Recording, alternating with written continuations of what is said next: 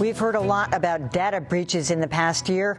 It was major news when Target became the literal target of hackers who made off with millions of customers' credit card information. This morning, we woke up to warnings about a security bug dubbed Heartbleed that experts are calling the worst one yet. Here's the twist. This story isn't about a security breach. It's about the discovery of a major flaw in a web security system. Thousands of websites displaying this lock symbol in the address bar, meant to indicate the site is secure, are actually vulnerable to being hacked. The symbol is found on millions of sites, including banks, email, and social media sites. So how can you be sure your vital information is protected?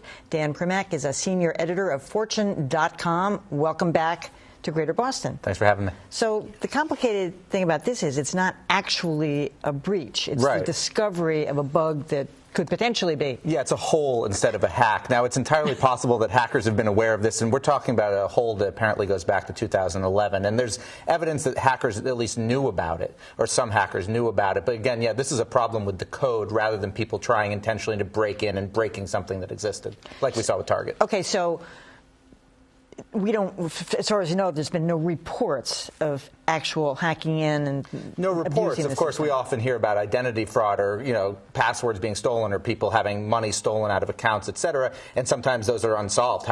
This might be the answer to some of that, but you're right. We don't have any direct evidence yet. And again, this was discovered really by researchers at Google and in Finland whose job it is essentially to look for things like this rather than because, like with Target, a bunch of stuff got stolen. I mean, it's really scary when you were looking at some of the details of this. If I was on one of these websites, somebody could come in, take my identity and my password, and they could continue doing my business even after I've logged off. So the potential basically any information you've put on there, credit card information, address, phone numbers, obviously passwords, they basically could get everything.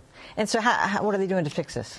There is a fix for this. There's a couple of them, but there are fixes. A lot of the big sites, Yahoo, for example, have already installed it. What's key, though, is they haven't all installed it, and the recommendation right now is if you're going to try to change passwords, wait a day, probably, because right now, if you change your password and the site hasn't fixed the hack, somebody could get your new password, so that's not really going to help you much.